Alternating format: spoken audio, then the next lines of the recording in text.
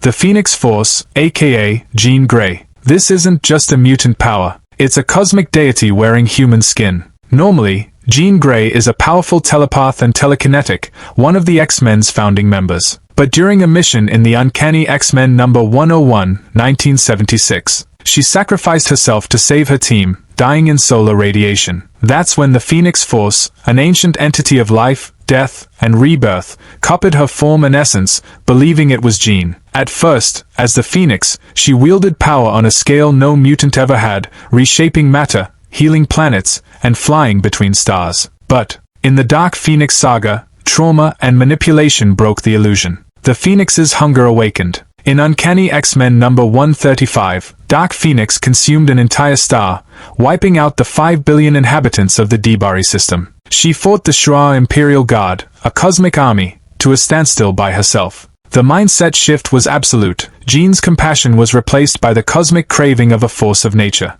The X-Men couldn't stop her.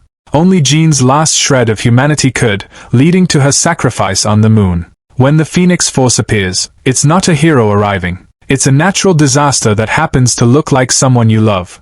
Cosmic Ghost Rider, Frank Castle. The Punisher made a deal, but not with the devil. With a cosmic devil. In the far future of Thanos number 13, 2018, Frank Castle is the last man alive in a dead universe ruled by a victorious King Thanos. Facing oblivion, Frank sells his soul not to Mephisto, but to Mephisto's boss, the demonic cosmic entity, the Spirit of Vengeance. He's then empowered by the power cosmic of the dying Silver Surfer. The result is Cosmic Ghost Rider. This Frank Castle rides a flaming cosmic motorcycle through the void of space.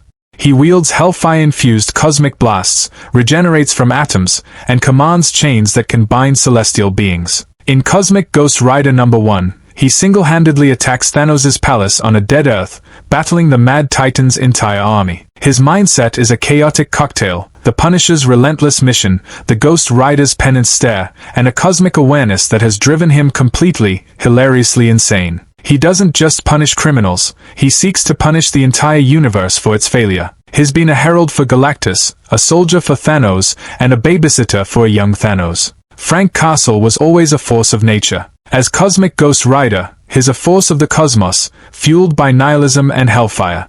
Rune King Thor. This is what happens when Thor stops being a god and becomes mythology itself. After the apocalyptic Ragnarok event, Thor was reborn not just in body, but in understanding. To defeat the embodiment of the cycle, the God-Eater known as those who sit above in shadow, Thor had to transcend his own narrative. He willingly plucked out his own eye for wisdom, like Odin before him. He then hung upon the world tree, Yggdrasil, for 9 days, enduring cosmic agony to gain knowledge of the runes, the fundamental code of reality. When he descended, he was Rune King Thor. His physical form glowed with primordial energy. He no longer just called lightning, he understood the rune that defined it.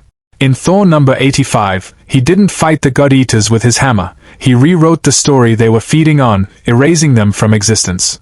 His strength was immeasurable, his wisdom absolute. He saw the past, present, and future of the 9 realms as one tapestry. The boisterous warrior was gone, replaced by a calm, omniscient king. He spoke and prophesied and his presence stabilized reality. When the Rune King walks, even other Skyfathers like Zeus and Odin fall silent. He wasn't just a ruler of Asgard anymore. He was its living, conscious destiny. God of Light Iron Man. Tony Stark built a suit that could channel a god.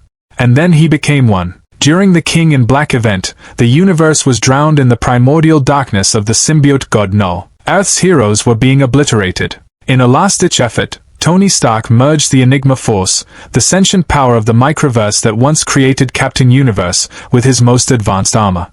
He didn't just wear the power, he fused with it, becoming the God of Light Iron Man.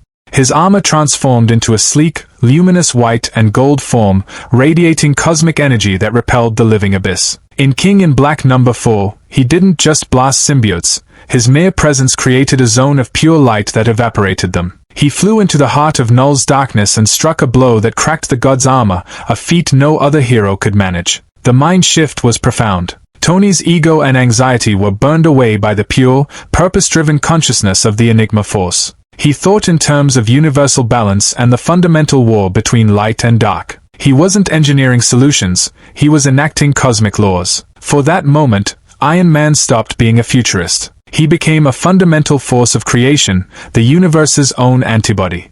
The Maker, Reed Richards.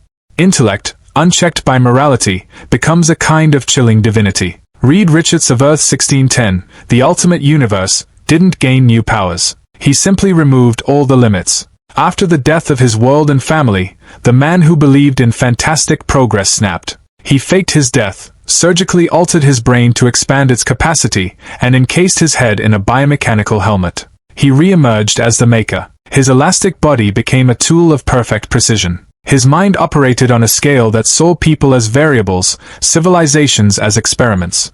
In Ultimate Invasion No. 1, 2023, he didn't just invade the main Marvel universe, Earth 616. He rewrote its early history, making himself the secret architect of its superhero age. He built living cities, created new life forms, and dissected alternate versions of himself to perfect his own design. The mindset shift was total. Reed's scientific curiosity was replaced by a cold, evolutionary imperative. He believed saving humanity was pointless. It needed to be replaced with something more efficient, something he would design. He wasn't driven by hate or greed, but by the absolute logic of a creator who sees his creation as flawed. When the Maker works, he doesn't invent. He plays God with the raw materials of reality, and his laboratory is the multiverse itself.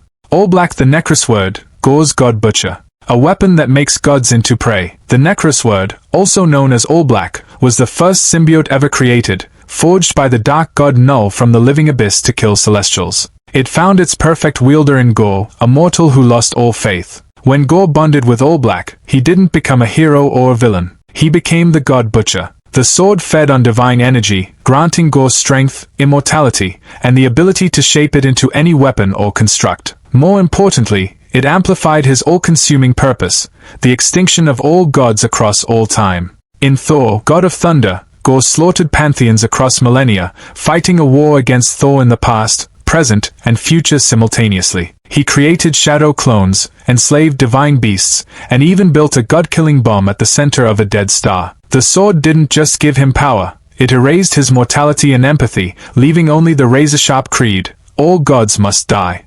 Gorr mindset became an extension of the sword's ancient hunger. He wasn't a man fighting gods. He was the universe's vengeance against divinity, a mortal who used a god-slaying artifact to ascend to the level of the beings he despised. When All Black is drawn, it doesn't signal a battle. It signals a divine extinction event.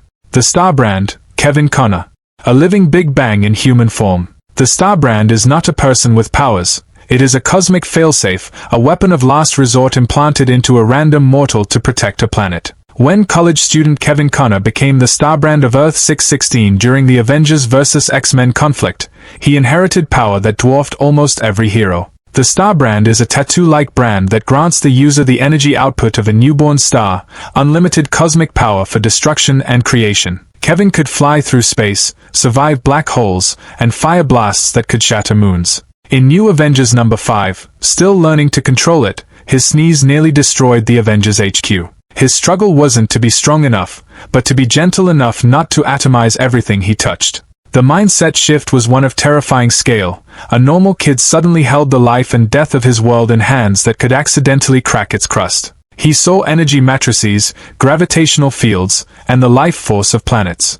Other powerful beings like Hyperion and Captain Universe treated him not as a boy, but as a walking natural phenomenon. The Starbrand's host isn't a hero. They are a guardian asteroid belt, a sentient extinction-level event programmed to protect, whether it wants to or not. If you truly enjoyed this dive into godlike power, then consider smashing the like button. It helps us know you want more content like this. Thank you for watching till the very end. Peace.